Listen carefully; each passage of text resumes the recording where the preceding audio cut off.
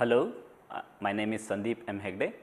I am a master's candidate at Munich Intellectual Property Law Center, Munich, Germany, and I am one of the co-authors along with Dr. Kalyan C. Kankanala for the module Trademarks in Cyberspace.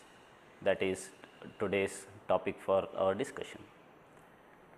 If you have read already the module, you will know that this is an advanced topic in the trademark law, and you are required to know the basics and the fundamentals of trademark law in order to appreciate the nuances of the trademarks in cyberspace.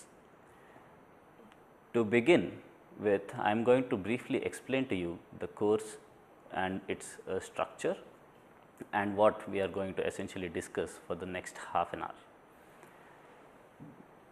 To begin with, I am going to deal with some of the fundamentals of trademark law that is necessary for the current topic under discussion, and followed by some of the chosen issues of trademarks in cyberspace, being trademark issues involving meta tags or trademark issues involving keywords advertising or banner advertising, and trademark issues surrounding domain names.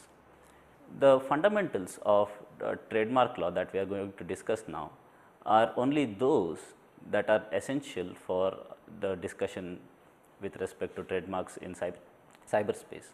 As I have already told you, at the cost of repetition, I am going to tell you now again that it is very essential for you to know the fundamentals of trademark law in order to better appreciate the nuances of this topic. With that caveat in mind, let us now briefly discuss some of the important points. A trademark, as you already know, is a word, a sign or a symbol which can be graphically represented and which is used in the course of trade to distinguish the goods or services of one person from that of another. Now, if you have heard me closely, you will notice two important things. One being a trademark has to be capable of graphical representation, and second being that it has to be capable of distinguishing the goods and services of one person from that of another. Now, apart from this, trademark also has some very important functions that are recognized by the courts. These essential functions of trademarks become very important for our discussion today. Hence, we are going to discuss those functions that are recognized by the courts. The first, as we have discussed, is the origin function. Origin function is nothing but the capability or the capacity of a trademark to distinguish the goods and services of one person from that of another. If I were to rephrase what I just said, the origin function simply means that a trademark identifies the origin of a specific good or services in the market. Now, distinctiveness is the key to any trademark. The distinctiveness of a trademark is very essential for its performance of the origin function. The second important function of a trademark, which is recognized by the courts around the world, is the quality function. A trademark is a very good indicator of the quality of a particular good or a service. A trademark is a hallmark of the unchanged quality of a particular good or service. Now, when I go to a market, for example, if I can identify a particular goods with its trademark, and I know that a good which bears that trademark is really good, then next time when I go to the market, I do not have to negotiate with the seller about the quality of the goods. I can simply pick up the goods that bears a particular trademark. To take a specific example, if I like Colgate as a toothpaste and if I like the quality of it, next time when I go to the market, I can easily pick up a Colgate toothpaste. Rest assured that the Colgate toothpaste that I bought the second time would have the same quality as that of the one that I bought the first time. This is called the quality function of a trademark. Third essential function of a trademark is that of communication and investment. A trademark, as most of us you may be aware, is a good communicator of the goodwill that the proprietor of the trademark bears. All the goodwill that comes to be associated with a proprietor is actually associated with the trademark, because the trademark is his real identity in the market. Similarly, all the investment that a proprietor makes with respect to a trademark, let us say for promotion of the trademark or for advertising a trademark, all the investment is essentially represented by a trademark itself. The next important function recognized by the courts, or rather the justification for trademark system recognized by the courts mostly in the US, is the search cost theory. Courts in the US believe that trademarks reduce the cost of a consumer in searching for a desirable product substantially, and that reduction in the search cost amounts to consumer welfare. So, this is a consumer welfare angle that the US has brought in to justify the trademark system. With this in the background, now we will move to trademark infringement. Now, all of us know that in order to prove trademark infringement, we need to have a multifactorial test that needs to be satisfied.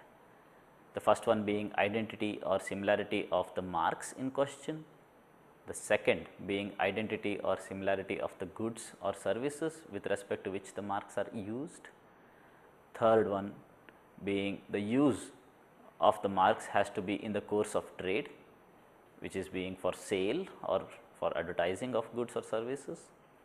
The fourth essential factor is there has to be a confusion or likelihood of confusion that is caused by the use of the subsequent mark among the consumers, and the user of the subsequent mark should not have any available defense to save him from a strong case of trademark infringement. Let us now discuss each of these factors of trademark infringement in greater detail. The first and the second important factors for trademark infringement being identity or similarity of trademarks in question and identity or similarity of goods and services with respect to which the trademarks are used are of very high importance. Now, identity or similarity of goods and services and the marks, as we may shortly call it, occurs in three different variations. The first variation is use of identical marks in relation to identical or similar goods and services. This is called a classic case of double identity. In such cases, normally the subsequent user of a trademark is bound to lose a case against him filed for trademark infringement by the previous user. The second variation of the identity or similarity of goods and services and the marks in question is a case where the goods and services with respect to which the marks are used are similar or identical, but the marks by themselves are not identical, but are only similar. For example, a person uses the word Colmate for his toothpastes, whereas the word Colgate is already being used as a trademark with respect to toothpastes. Here the goods are identical. Both users are using their marks with respect to toothpastes.